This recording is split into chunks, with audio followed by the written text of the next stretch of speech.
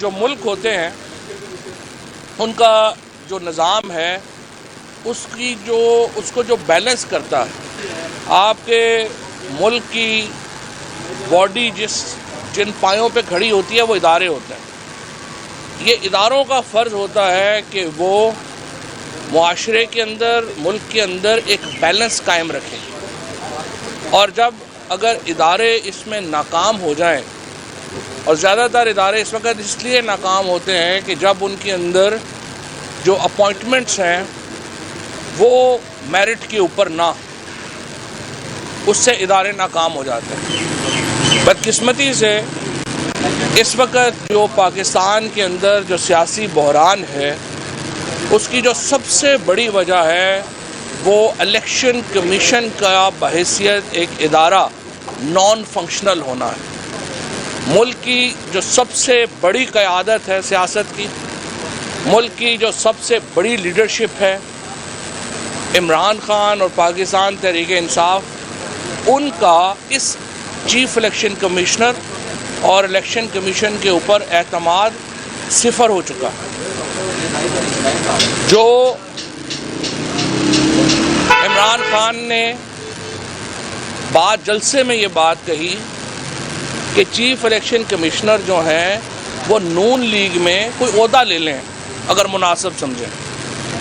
جب ملک کی سب سے بڑی لیڈرشپ، سب سے بڑی قیادت کا آپ کے اوپر اعتماد نہیں ہے تو عزت دار طریقہ صرف ایک تھا، اور وہ یہ تھا کہ آپ استعفیٰ دیتے اور آپ کہتے کہ میرا چونکہ کام ہی ایسا ہے کہ جب تک ملک کی قیادت میرے پہ اعتماد نہیں کرے گی میں اپنا کام نہیں کر سکتا، لہٰذا آپ نیا بندہ چن لیں۔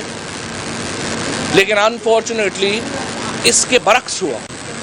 ہم دیکھتے ہیں کہ چیف الیکشن کمشنر اور ایک نامکمل الیکشن کمیشن، اس الیکشن کمیشن میں پنجاب اور خیبر پختونخوا کی نمائندگی ہی نہیں، جو پاکستان کی، اس کا مطلب ہے یہ الیکشن کمیشن اس وقت پاکستان کی تقریباً 70% آبادی کا نمائندہ ہی نہیں ہے۔ وہ الیکشن کمیشن پاکستان کی سب سے بڑی سیاسی قوت کے خلاف مسلسل ایک پارٹی بنا ہوا ہے، اور اس کا اظہار پاکستان کے سابق وزیر اعظم، پاکستان کے سب سے بڑے لیڈر عمران خان بارہا کر چکے ہیں۔ اب اس کے بعد ہمارے پاس کیا سلوشن ہے؟ اس کے بعد ہمارے پاس کیا معاملہ ہے؟ ہمارے پاس معاملہ یہ ہے کہ ہم ایک طرف تو سیاسی جدوجہد کریں اور دوسری طرف ہم قانونی جدوجہد کا آغاز کریں۔ ہم چیف الیکشن کمشنر کے اوپر بھی جو ریفرنس ہے وہ لانے کا فیصلہ کر رہے ہیں، اور جس طریقے سے انہوں نے اپنے آفس کو چلایا ہے، ظاہر ہے کہ کوئی بھی چیف الیکشن کمشنر اس طرح اپنے آفس کو نہیں چلا سکتا۔ اس حکومت نے جس طرح سے آ کے اوورسیز پاکستانی سے ووٹ کا حق چھیننے کی جرت کی ہے، اور ایک لوٹے کو آگے کر کے ایک بل لایا گیا ہے، کیونکہ لا منسٹر کی ٹانگیں کانپ رہی تھیں، اس کی جرت نہیں ہو رہی تھی کہ وہ اوورسیز پاکستانی کے خلاف بل خود پیش کرے، لہٰذا انہوں نے ایک لوٹے کو آگے کیا، اور اس کے ذریعے پاکستان کے 90 لاکھ پاکستان سے باہر بسنے والے لوگوں کو اس حق سے محروم کرنے کی سازش کی گئی۔ اس کو ہم شدت سے مسترد کرتے ہیں۔ ہم اوورسیز پاکستانیز نے 31 ارب ڈالر کی ترسیلات بھیجی، اور یہ 31 ارب روپیہ پاکستان کی معیشت کو افلوٹ کیے ہوئے۔ خدا نخواستہ یہ کہا جا رہا ہے کہ پاکستان کی معیشت کا حال وہ ہوگا جو سری لنکا کی معیشت کا ہو رہا۔ یہ وہ کانفیڈنس ہے جو کرائم منسٹر اور ان کی کابینہ نے لیا ہے۔ جب آپ ایک لالی پاپ بنانے والے کو وزیر خزانہ لگائیں گے اور وہ لالی پاپ کے اوپر پوری معاشی اپنی پالیسی چلائے گا تو یہی ہوگا۔ یہ جو آپ نے رانا ثناء اللہ دھمکیوں کے اوپر حکومت چلانے کی کوشش کر رہے ہیں، FIA کو اینکرز کے گھروں میں، صحافیوں کے گھروں میں، پولیٹیکل اوپوننٹس کے گھروں میں راتوں کو 2-2 بجے بھیجا جاتا ہے، مس انفارمیشن۔ آج مجھے آپ بتائیے 2 احکامات جاری ہوں، سب سے بڑے فیصلے اس حکومت نے آ کے کیا کیے؟ پہلا فیصلہ کیا کہ کابینہ جو ہے اس کے 37 میں سے 24 وزیر جو ہیں بشمول وزیر اعظم اور وزیر اعلیٰ یہ دونوں بیل کے اوپر ہیں، اور ان کی جو پروسیکیوشن ٹیم ہے ان کو بدلا دیا گیا اور اپنے لوگ لگا دیے گئے۔ اس کے بعد انہوں نے اپنے آپ کو ECL سے نکالا۔ آصف زرداری صاحب تو اتنے بیچارے بچھڑے ہوئے تھے دبئی سے کہ ECL کا فارمل آرڈر ختم ہونے ابھی ایشو بھی نہیں ہوا تھا، انہوں نے بیگ اٹھائے اور سنا ہے کہ کم از کم 12-14 بیگوں کے ساتھ وہ گئے۔ اب ان بیگوں میں کیا تھا یہ تو بھیجنے والے ہی جانے کہ ان بیگوں میں کیا تھا، اور وہ دبئی چلے گئے۔ اس کے بعد یہ جو شہباز شریف اور انہوں نے 84 فیملی ممبرز نے جا کے سعودی عربیہ میں ڈیرے لگا لیے۔ وہ تمام اخراجات جو عمران خان نے وزیر اعظم ہاؤس کے بچائے تھے، خرچ نہیں کیے تھے، انہوں نے اپنے ایک ہی دورے میں سارے خرچ کر دیے۔ عوام کا ایک غم و غصہ ہے اس وقت اس کرمنل حکومت کے خلاف۔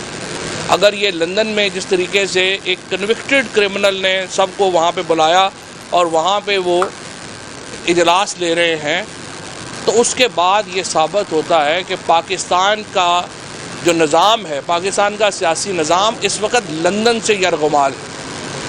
MQM کے جو کرمنل ایلیمنٹ ہے جس کو ہم نے مسترد کیا، اس کرمنل ایلیمنٹ کو جو الطاف حسین سے جڑا ہوا ہے، جو پاکستان کی سیکورٹی فورسز نے وہاں پہ شہادتیں دی، ان کی شہادتوں میں ملوث لوگوں کو جو ہے وہ دوبارہ اوپر لایا جا رہا ہے، اور پاکستان کو ایک سیاسی، معاشی اور انتظامی بحران کا شکار کر دیا گیا ہے۔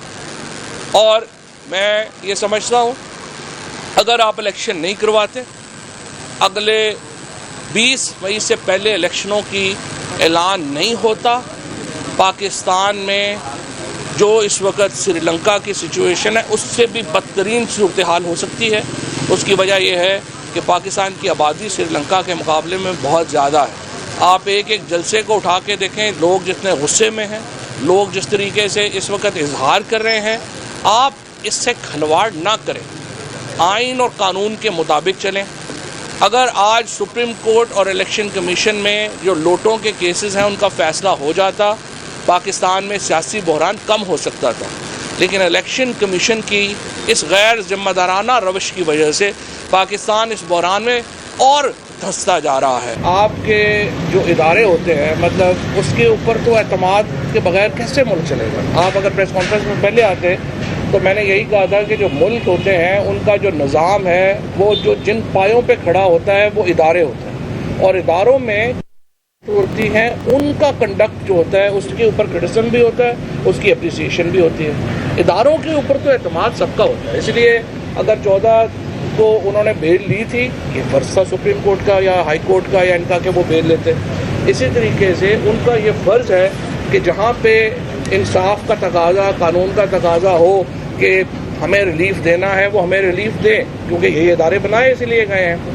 اس سے یہ کسی کا احسان تھوڑی ہوتا ہے، اور اسی طریقے سے جہاں پہ ریلیف نہیں بنتا ہے وہاں پہ ریلیف نہیں ہوتا، وہاں پہ نہیں دیں گے۔ لیکن یہ کہنا کہ شخصیات کے اوپر تنقید نہ ہو، ابھی امریکہ میں آپ اگر دیکھیں تو رو ورسز ویڈ ایک بڑا مشہور کیس ہے، اس کی سپریم کورٹ کی ججمنٹ لیک ہو گئی ہے، اور پہلے ابھی وہ ججمنٹ اناؤنس نہیں ہوئی، اس کے اوپر پورے امریکہ میں مظاہرے ہو رہے ہیں۔ سو جب آپ پولیٹیکل ریمارکس دیں گے، میں تو بڑے عرصے سے یہ کہہ رہا ہوں کہ ججز کے جو ریمارکس ہیں ان کے نام کے ساتھ میڈیا میں آنے ہی نہیں چاہیے تاکہ ان کے اوپر تنقید نہ ہو۔